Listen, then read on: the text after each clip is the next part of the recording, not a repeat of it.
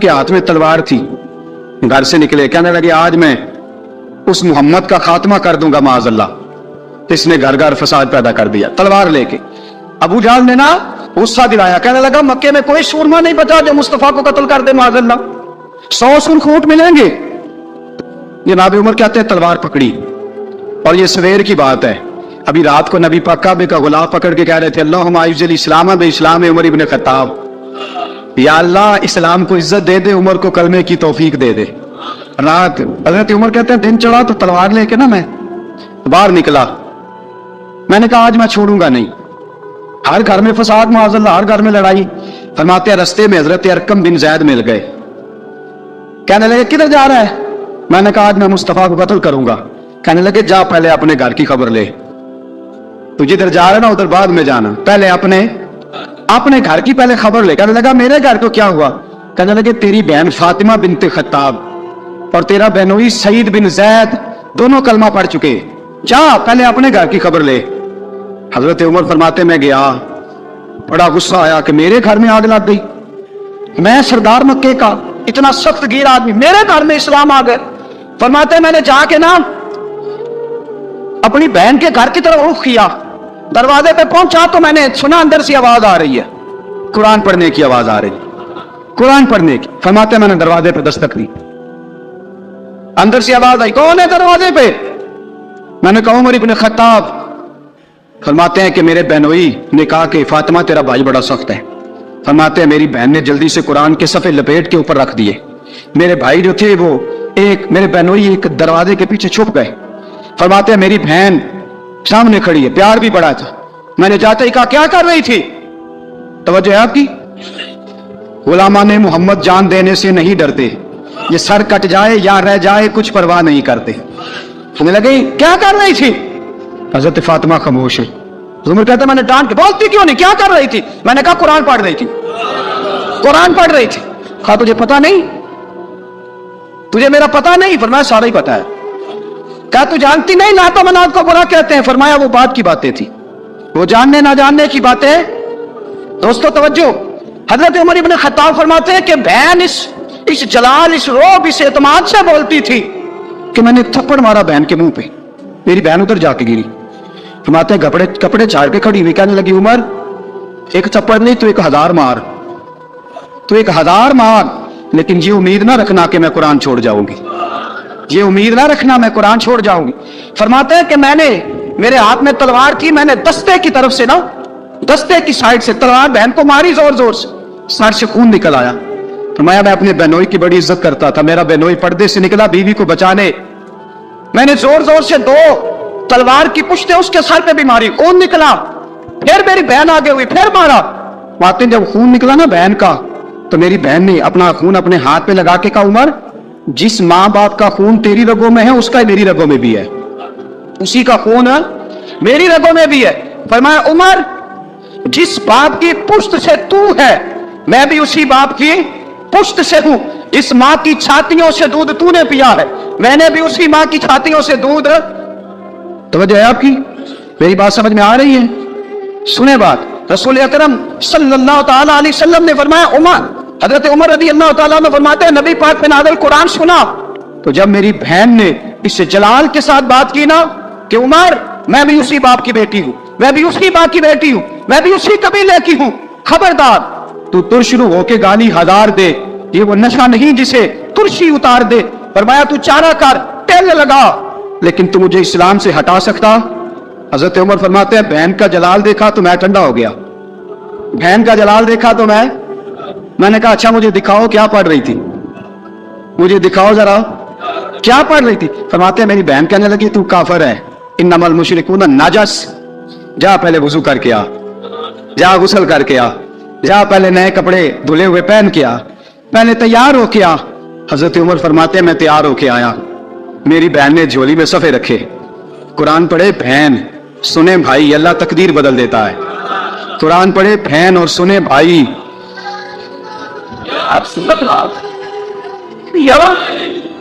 कुरान पढ़े भाई और सुने बहन, अल्लाह तकदीर। लेकिन आज बहन भाई कुरान तो सुनते सुनाते ही नहीं ना, ये तो रिवाज खत्म हो गया ना। वो कौम جو कल लड़ती थी नंगी नंगी शमशीरों के साथ, वो आज सिनेमा देखने जाती है अपनी हमशीरों के साथ। माज़अल्लाह नाउज़ बिल्लाह अस्तगफिरुल्लाह। हमारा वो हाल नहीं रहा जो था। हजरत उमर फरमाते हैं बहन ने कुरान पढ़ा, मैंने कुरान सुना, पता नहीं कुरान में क्या लज्जत सी, मैं रो रो के बेहाल हो गया। फरमाते मेरे जैसा सख्त आदमी, मेरे जैसा सख्त जो कभी नहीं रोया था, आज कुरान सुना।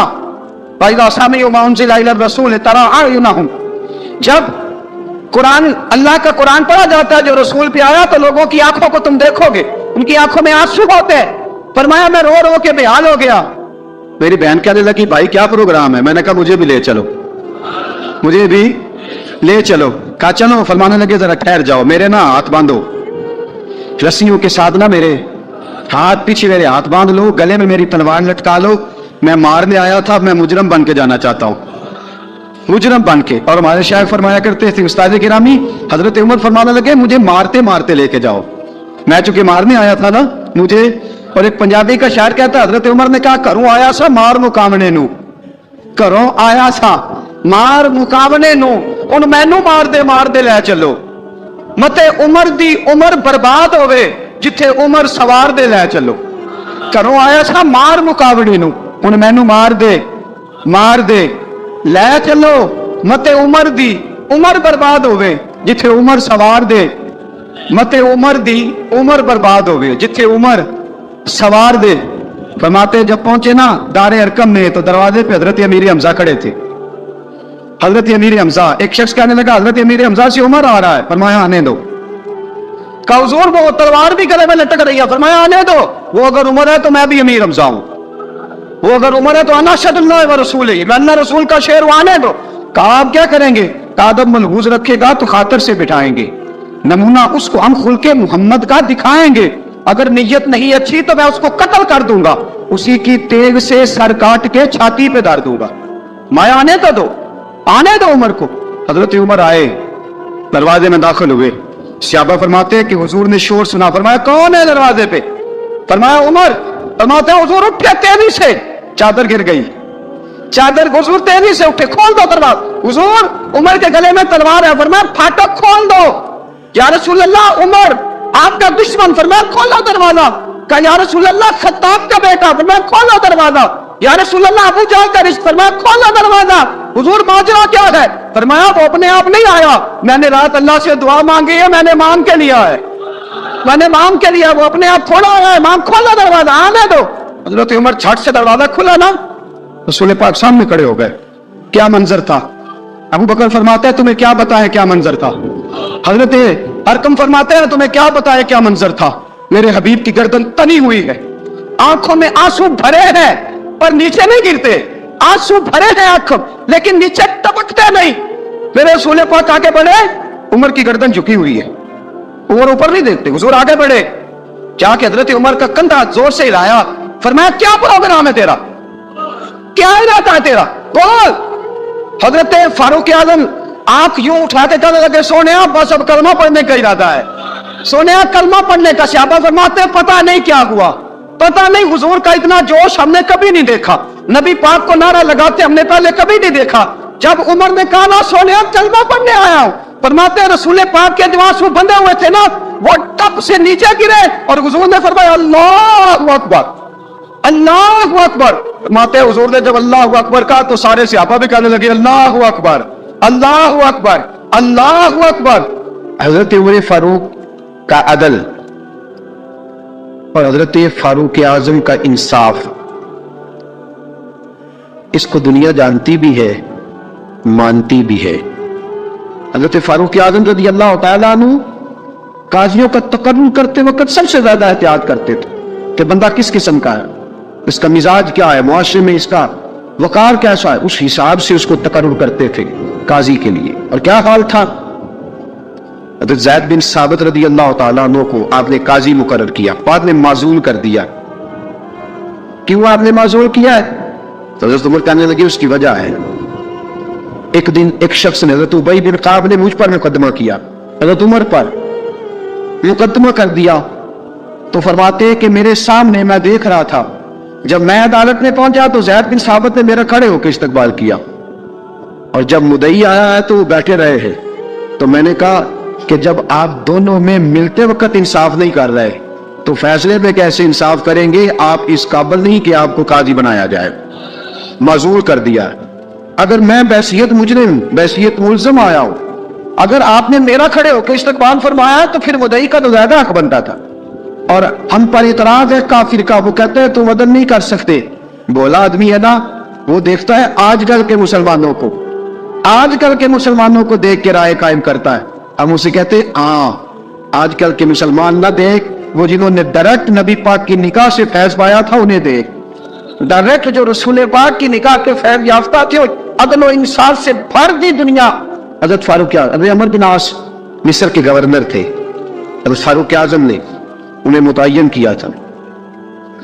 ان کے بیٹے کا مصر میں جھگڑا ہو گیا کسی عام آدمی کے ساتھ، گورنر کے بیٹے کا۔ گورنر کے بیٹے نے اس مصری کوئی عام آدمی کو درے مارے، تجھے پتہ نہیں میں گورنر کا بیٹا ہوں؟ مصری نے کیا کیا، گھوڑے پہ بیٹھا سیدھے مدینے آ گیا، سیدھا مدینے۔ حضرت فاروق اعظم کے در دولت پہ پشت سے کپڑا اٹھایا، پشت سے اس نے اپنے نشان دکھائے تو جناب عمر کی آنکھوں میں آنسو آ گئے۔ ایک عام آدمی ہے، جانتے کوئی نہیں، تمہیں رو پڑے، اتنا ظلم اور میری سلطنت میں، کوڑے برس سے تیری پشت پہ، فوراً لے جا، جاؤ بلا کے لاؤ۔ تو عمر بن عاص اپنے بیٹے سمیت آئے، بڑی عدالت ہے۔